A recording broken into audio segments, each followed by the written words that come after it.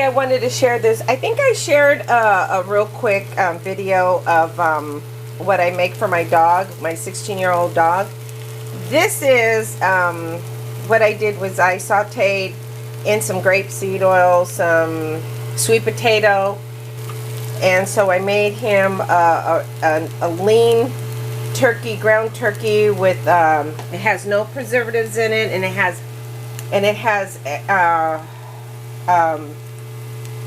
has rosemary extract.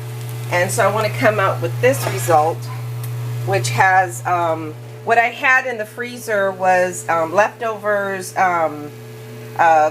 stuffed collard greens with brown rice and some wild rice, a mixture, a medley of rices, and then I had carrots in it.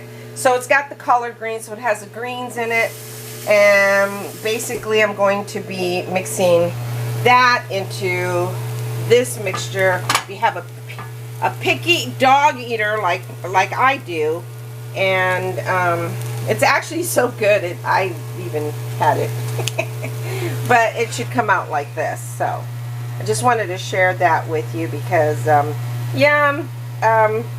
this is really healthy and it's good for a picky dog. I almost lost my dog, so I figured I better change his diet because food does heal.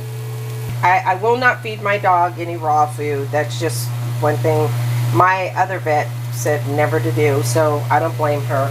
You never know what's in raw dog food. Anyways, I mean raw meat, excuse me, raw meat. So like I said, usually dogs aren't supposed to eat rice, but this is brown rice and wild rice, and I think it's okay. It's got a little bit of the grains, not the corn. I'm not going to feed him the corn, but this would be good for him. I think it's okay.